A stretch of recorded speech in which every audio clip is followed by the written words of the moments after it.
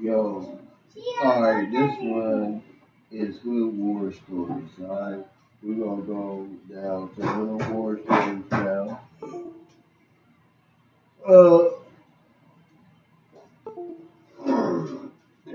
React to this.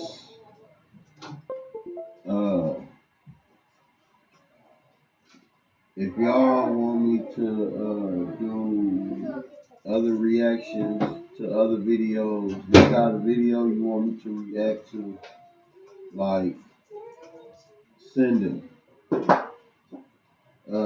Send me the link. Leave a comment about what video you want me to react to, and then I'll get to it. I'll start reacting to any video that any one of you guys want me to react to. I will. And I'm just gonna let you know the truth. Like, if it's bunk, it's bunk. If it's tight, it's tight. If it's not, it's not. You feel me? So, yeah, let's get into the video though. Oh yeah, before I do it, thumbs up. Give me a thumbs up, please.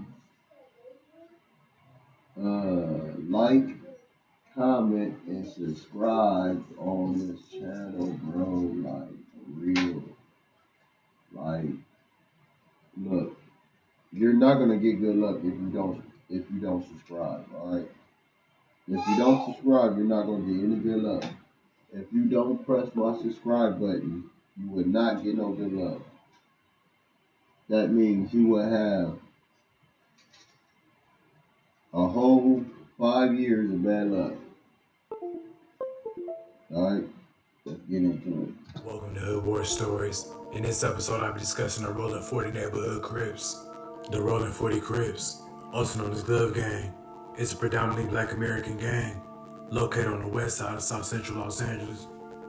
They originated in the 1970s and are a part of the Rollin Crips. Their neighborhood stretches from Vernon Ave to 48th Street, between Crenshaw and Figueroa. They are clicked up with the Harlem 30s and beef with BPS, Fruitown Brims, Inglewood Families, Van Ness Gangsta Bloods, and more recently, the Rollin 60s, who used to be one of their main allies. On August 4, 2013, members of the Rollin 40s, 60s, 90s, and 100s were at a party on the 11100 block of Western Avenue, which is located in Rollin 100 territory. Edwin, also known as EV from Rollin 40s, got into a physical altercation with a Rollin 60 member, allegedly over a female. Edwin proceeded to beat the Rollin 60 member down, and that escalated into a brawl between the 40s and the 60s. The Rollin 60 member who got beat down came back into the party with a gun and started firing. Edwin was struck multiple times and died from his gunshot wounds. Another member of the 40s was hit as well, but he survived. 2 days later, on August 6, 2013, at around 10:45 p.m., Mitchell was walking on the sidewalk on the 6200 block of Madden Avenue, which is located in Rollin 60 territory. Two males then walked up, and one of them began firing at Mitchell. He was hit 2 times and died at the scene. The 2 males then fled the area in a light-colored vehicle. A few weeks later, on August 27, 2013, at around 4 p.m., Trayvon and Antonio, who were from the Rollin 60s, were standing in front of an apartment complex when a light-colored vehicle crept up the street. Trayvon and Antonio spotted the car and started letting off shots first. The occupants of the light-colored vehicle then fired more than 20 shots in Trayvon and Antonio's direction. They both died at the scene, and a third person was critically injured. On June 3, 2014, at around 7:25 p.m., Demetrius, Chris, and Reginald were standing talking to each other on the 1800 block of West 54th Street, which is located in Van Ness Gangsta Brim territory. Demetrius then looked to his right and saw a black male with a gun aiming towards them. The black male tried to fire, but the gun jammed on him. Demetrius, Chris, and Reginald took off running. Demetrius then saw a car that looked like it was about to chase them, so he hopped over a fence. While attempting to unjam the gun, the black male continued to chase Reginald. Reginald then slipped and fell onto the sidewalk. The male finally got his gun unjammed and fired 5 to 6 shots at Reginald. He died from his gunshot wounds. Leroy, from the Rollin Damn. 40s, was ultimately convicted of first-degree murder and sentenced to 50 years to life.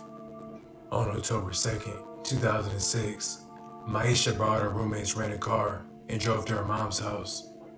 At her mom's house, Maisha saw an acquaintance, Akil, and he asked her if he could borrow the car so he could drive to his girl house. Akil told Maisha he would only be gone for about 20 minutes.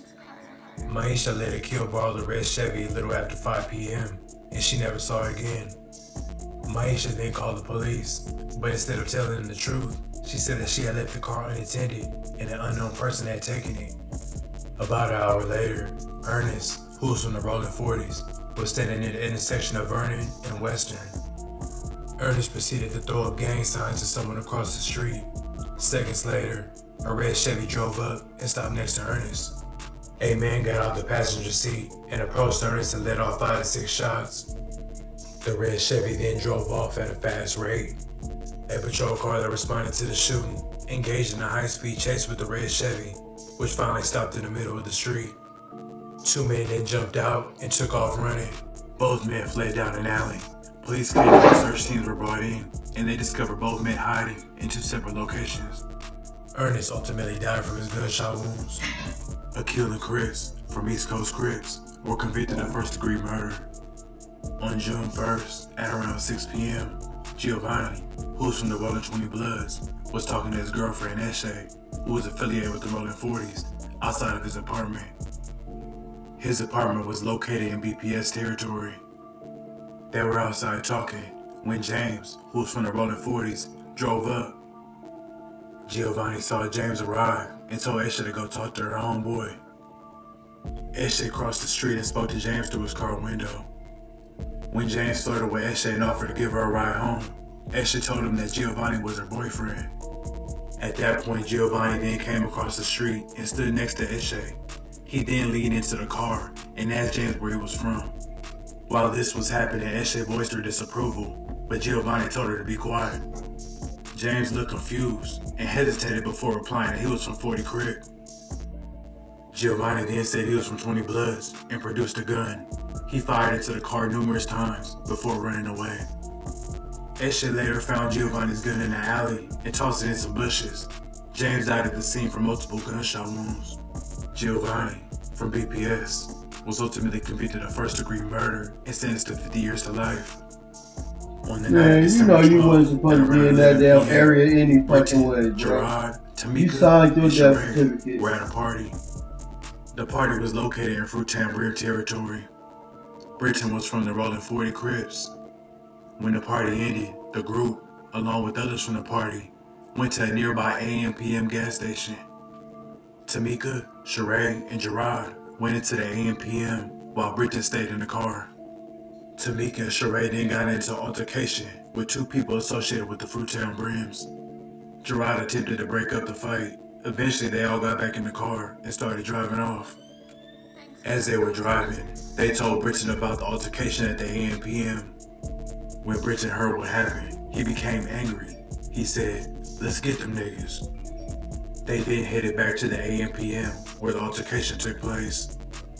By that point, the crowd at the AM/PM had dispersed, but Britton spotted the 2 cars across the street at a Walgreens. He said, "And there they go over there." Britton pulled out a gun, put it on his lap, and followed the 2 cars out of the Walgreens parking lot. He sped up until he was alongside one of the cars he was following. He then told Tamika to put her seat all the way back and roll down the window. Britton then fired multiple shots into the car. One of the bullets hit a young girl in the head, and she died instantly. Britton, who was from the Rollin 40 Crips, was convicted on 1 count of first-degree murder and multiple other offenses. He was sentenced to 212 years to life. I'd like to thank you guys for watching. Please like, comment, and subscribe. Damn, them some cold ass stories, boy. But them niggas are signing their own death certificates, bro. Like, why would you go in the hood that ain't yours? You know what hood is over here, bro. You decided to go over there, bro. So, and you ain't got no burner, you go to somebody else's hood, my nigga. Like, that shit, yeah, that shit's out, bro. But yeah, Yeah, we about to say goodbye. Shit.